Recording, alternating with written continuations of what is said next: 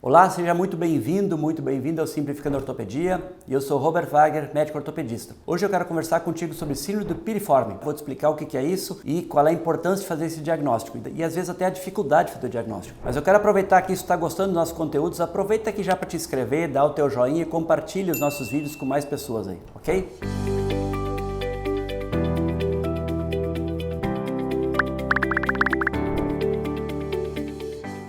Hoje então nós vamos falar sobre síndrome do piriforme. O que vem a ser isso? A síndrome do piriforme é uma compressão do nervo ciático que é feita pelo músculo piriforme, que se localiza na região posterior do quadril. Antes de mais nada, eu quero te dar algumas informações anatômicas para tu entender um pouco melhor o que acontece. O músculo piriforme é um músculo que fica na região posterior, como se fosse na região glútea, tá?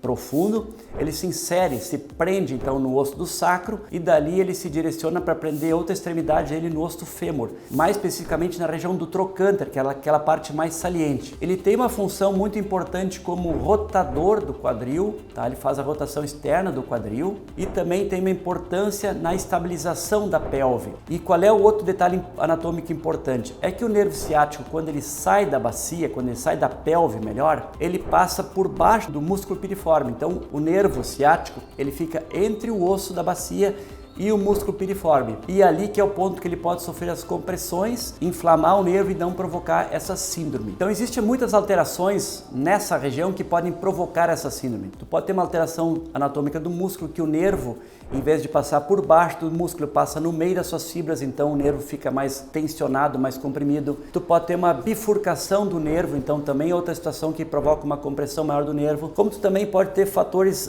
mecânicos locais, por exemplo, uma pessoa que faz muita atividade física, que tem esse músculo muito tenso e pouco alongado, também vai provocar essa compressão. Então aquela situação que a pessoa fica muito tempo sentada com uma carteira no bolso com um volume maior, isso faz uma pressão externa. A carteira vai comprimir o músculo, que por sua vez comprime o nervo. Então isso tudo são fatores que podem provocar essa síndrome do piriforme, ok? O que a pessoa que tem a síndrome do piriforme vai sentir? Qual é o quadro clínico? Basicamente é uma dor que acontece na região glútea mais profunda, uma dor que acontece no fundo do glúteo, e dali essa dor irradia para a perna, para a parte posterior da coxa, vai até a panturrilha. Também pode estar acompanhado de formigamento nos dedinhos do pé, às vezes uma alteração de força na perna. E também tem um sinal muito típico que a dor piora quando a pessoa vai cruzar a perna.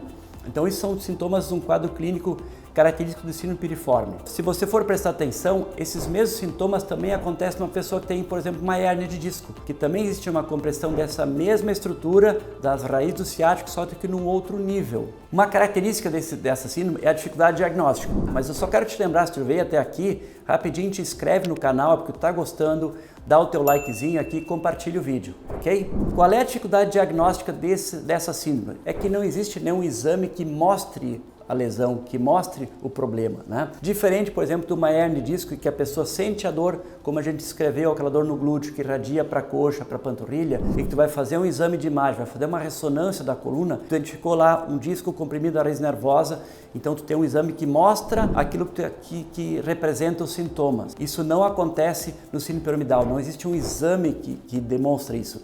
Então tu tem que pensar nessa possibilidade quando tu vai fazendo exames que vão descartar outras causas de dor radicular, pensar que existe a síndrome piriforme para poder pensar nesse diagnóstico. Então esse é o detalhe, saber que existe e para fazer o diagnóstico diferencial com outras patologias que dão sintomas muito parecidos. Quanto ao tratamento, qual é o tratamento dessa síndrome? Basicamente, a gente tem que inicialmente pensar em medidas anti-inflamatórias, porque existe uma inflamação do nervo pela compressão dele. Então, é usar medicações anti-inflamatórias, tanto via oral como injetável, fazer fisioterapia com medidas anti-inflamatórias, acupuntura também pode ser usado, às vezes tu faz algum tipo de infiltração com medicação anti-inflamatória, usar medidas de relaxamento dessa musculatura que está tensa, então aí entra de novo fisioterapia, se usa às vezes alguma toxina botulínica hoje infiltrada no músculo piriforme para ele relaxar, então existe uma série de situações que pode usar para diminuir essa tensão. E quando os sintomas não melhoram, tu não consegue ter o controle desses sintomas, aí eventualmente pode pensar numa situação de exceção, que é fazer a cirurgia de liberação do nervo. Então isso que eu queria passar de informação para ti hoje, o que é uma síndrome piriforme,